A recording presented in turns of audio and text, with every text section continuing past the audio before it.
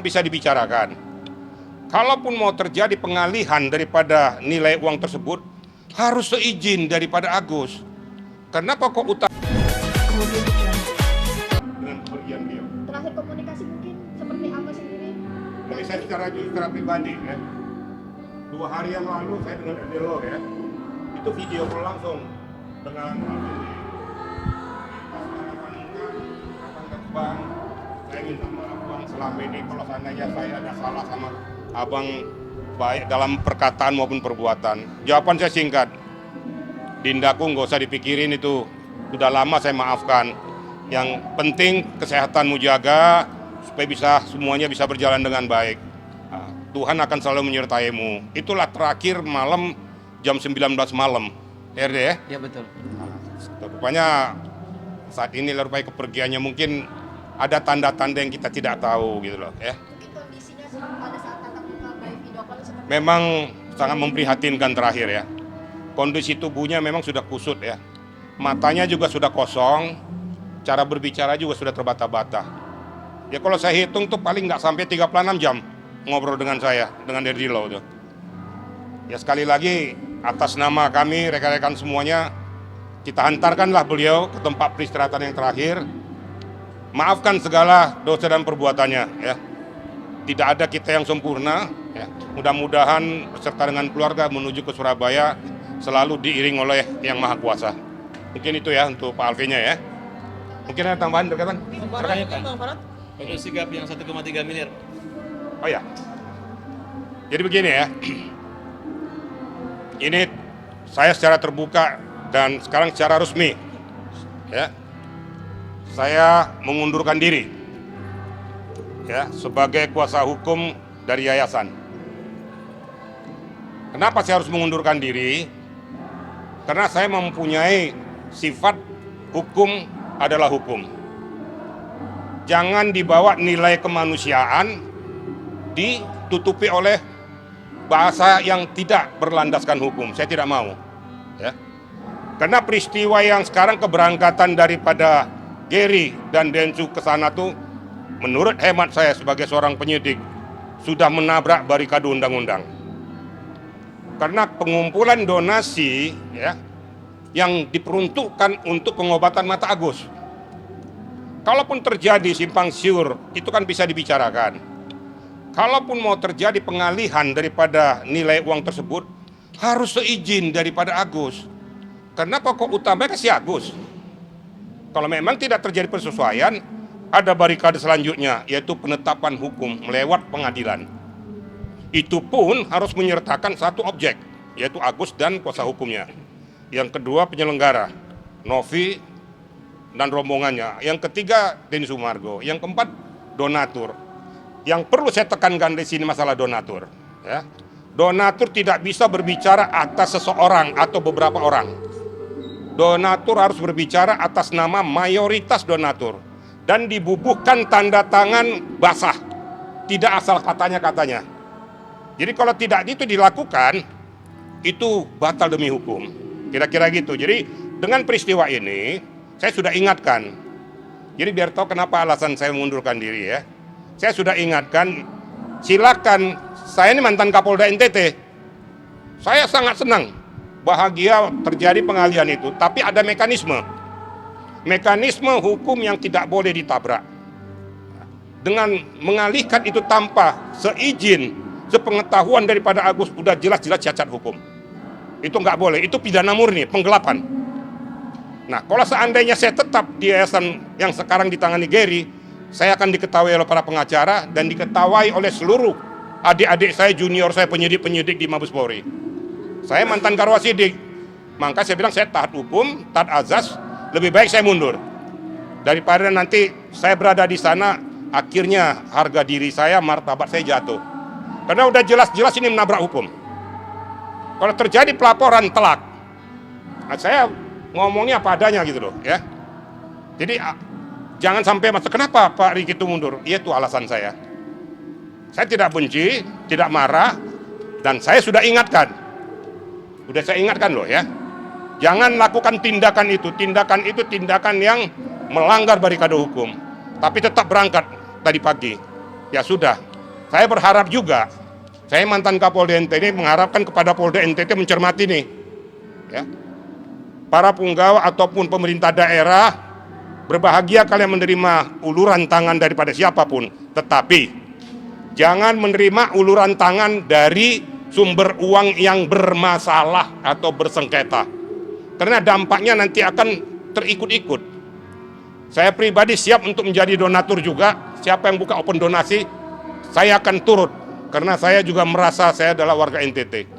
Saya nggak mau NTT dicemari dengan manusia-manusia yang hanya untuk mencari popularitas. Saya nggak suka. Ya. Pak Irjen, apakah memang ini sikap Pak Irjen kekecewaan karena kemarin kan sempat bertemu Novi pasca dari Polda itu ya Pak? Saya sudah sampaikan. Saya terus terang aja saya kecewa. Tapi saya sebenarnya kasihan lihat Novi. Kalau saya perhatikan Novi ini persimpangan jalan. Ya. Karena bersama-sama dengan saya tahu. Dia kadang-kadang tidak bisa berbuat apa-apa. Nah, orang di sekelilingnya ini saya udah pernah ingatkan. Hati-hati orang di sekelilingmu. Di depanmu baik, di belakang belum tentu baik. Di belakangmu memanfaatkan keberadaanmu untuk mencari popularitas. Saya tidak mau. Saya ansi di depan rekan-rekan media kan selalu saya katakan. Salah saya katakan salah, benar saya katakan benar. Saya nggak mau berpihak kemana-mana. Nah, saya juga berpikir daripada saya berlama-lama di sana. Untuk apa? Nggak ada untungnya sama saya. Saya juga tidak dibayar kok. Saya ikhlas kok. Nah, saya pro bono nih. Tapi kalau seandainya hukum disimpangkan, saya tidak berkenan. Karena saya aparat penegak hukum. Bayangkan saya dua ya. Saya pengacara, saya juga mantan penyidik. Jadi saya nggak mau kalau ini disimpangkan. Jadi cacat hukum. Kira-kira begitu rekan-rekan. Berarti kemarin obrolan di pertemuan kemarin memang Novi menyampaikan rasa mungkin apa ya ketidaknyamanan atas uang donasi yang harus berpindah. Saya tahu apa yang di kepala Novi, ya. Saya yang sayangkan di seputar ini, ya, yang selalu mendudukkan posisi itu sehingga Novi tidak bisa bergerak. Nah, sangat saya sayangkan betul-betul. Kenapa berani sekarang? Kenapa beralih status yayasan? Saya sudah ingatkan berkali-kali, jangan kau mengatakan kau mundur, nonaktif boleh. Kalau kamu mundur dari gelanggang berarti seolah-olah kamu menghindar dari tanggung jawab. Siapa yang desain ini? Ya orang di sekitarnya ini. Tidak memberikan pencerahan hukum kepada Novi. Gitu loh. Saya harus tegas ngomong gitu loh. Jadi jangan seandainya sudah dilakukan kayak gini terjepitlah Novi, kasihan. Nah, saya pada kesempatan ini berbicara kepada Nidaku Novi, kau berpikir, selamatkan dirimu. Jangan kau mau terbawa dengan orang-orang yang akan menjerumuskan dirimu. Saya harus terbuka ngomong nih ya. Nah, sehingga netizen juga tahu kenapa kok Pak Riki itu kok jadi mundur. Padahal berapi-api untuk membela. Tapi khusus Novi, kalau terjadi apa-apa sama dia, saya akan bela dia. Tapi yang menyangkut yayasan, saya tinggal gelanggang. Biarlah hukum yang berbicara. Kalau seandainya pihak Agus melaporkan ada suatu dugaan perbuatan tindak pidana, lakukan saja. Nah, saya harus tegas gitu loh. Karena saya katakan itu ada celah hukumnya. Ya. Kemudian mensreanya jelas. Nah, ini yang kira-kira sampaikan pada rekan-rekan, biar jangan lagi bertanya-tanya rekan-rekan media ini, kenapa Pak Riki itu mundur. Saya mundur mulai saat ini saya tidak mau tahu tentang masalah yayasan lagi. Saya hands up dan saya tidak mau campur lagi. Kalau terjadi apa-apa jangan tanya lagi Pak Riki. Ya. Jelas nih kira-kira ya? Nah, mungkin ada? Ya. Baik, terima kasih ya.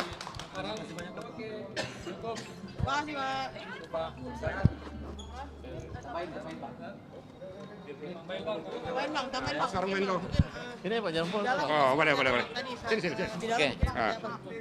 Saya mau datang gitu. Di saat kita semua pada ribut, kita somasi-somasian, lapor-laporan, ternyata dari Novi semua datang, ya namanya kita semua akan kembali ke sana. Ya. Di sini saya lihat semua tidak ada kesombongan, semua rendah hati ya. Dan saya menghargai juga sikap di suasana momen ini Pak Inspektur Jenderal Riki Sitohang.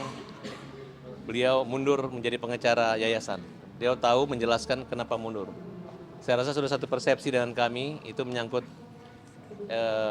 landasan moral dari seorang pengacara. Beliau adalah seorang jenderal berpengalaman yang tahu persoalannya dan beliau sudah berusaha mencegah. Nah, tapi kita lihat perkembangan selanjutnya. Bagi saya, hari ini adalah silaturahmi yang terus dijaga untuk bekal nanti di surga.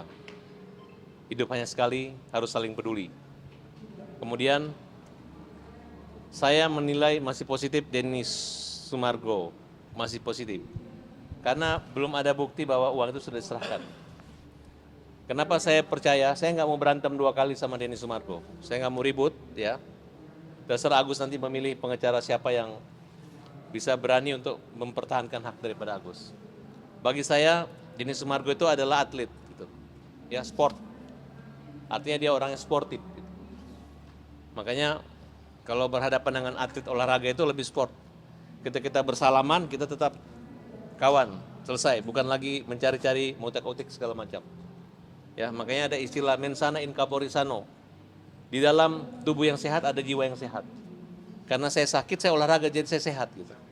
Jangan kita olahragawan tapi kita ada persoalan gitu. Ribut sana, ribut sini, atur goreng sana, goreng sini gitu. Nah, jadi selama saya menganggap itu adalah orang-orang yang sehat di sekitar saya rasa akan jalan. Tapi apabila ya ada orang memiliki sikap-sikap atau sifat-sifat kelihatan seperti artis, atlet, tapi nggak sportif gitu.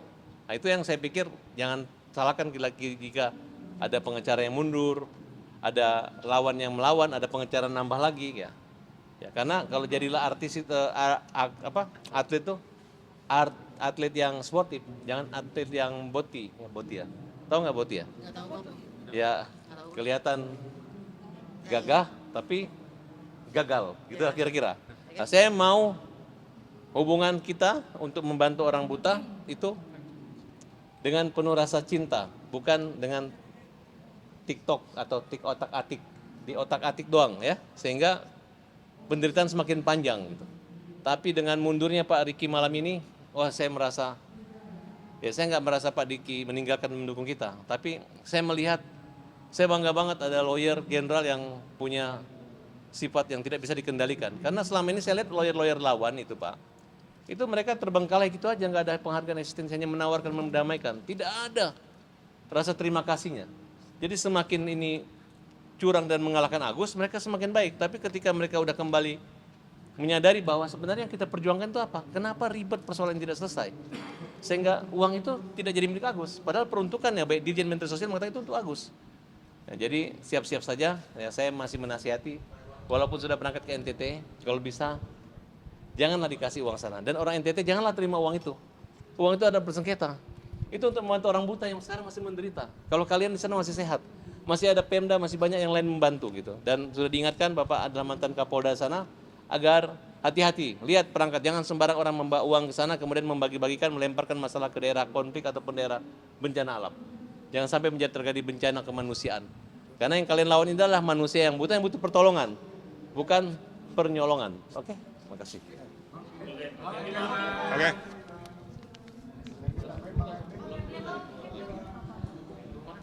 Terima kasih. Oke, thank you ya semua ya.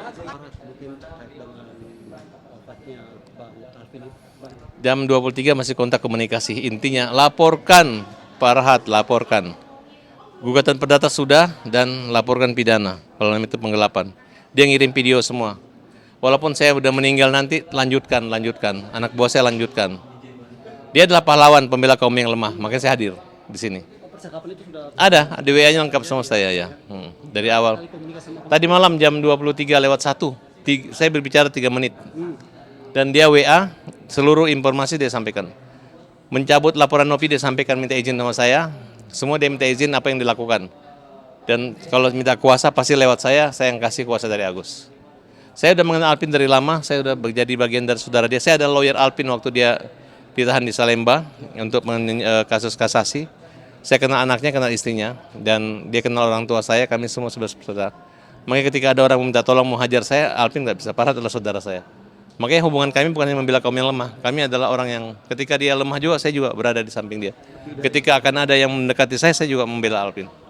mungkin terakhir ini Bang Alvin. Dia ke Cina, harusnya operasi, tadi sudah ketemu untuk yang donornya, tapi dia pulang, nggak sabaran, karena di sana mungkin harus menunggu operasi infeksinya, nggak tahu tiba-tiba ajal menjemput di sini, di awal tahun 2025. Mungkin rekan-rekan sesama pengacara yang sudah hadir hari ini. Ya hadir, saya kaget aja, lawyer dari pihak lawan ada semua, dan hidup hanya sekali, harus saling peduli. Silaturahmi tetap dijaga untuk bekal nanti di surga. Afin, pahlawan pembela kaum lemah, kami memberi penghormatan, berdoa, dan tetap di sini membantu berkomunikasi sampai tanggal 5 Jumat di kremasi nanti, Jumat nanti. Terima kasih. Terima kasih banyak Bang Farad. Bang Jual mungkin Audio Jungle.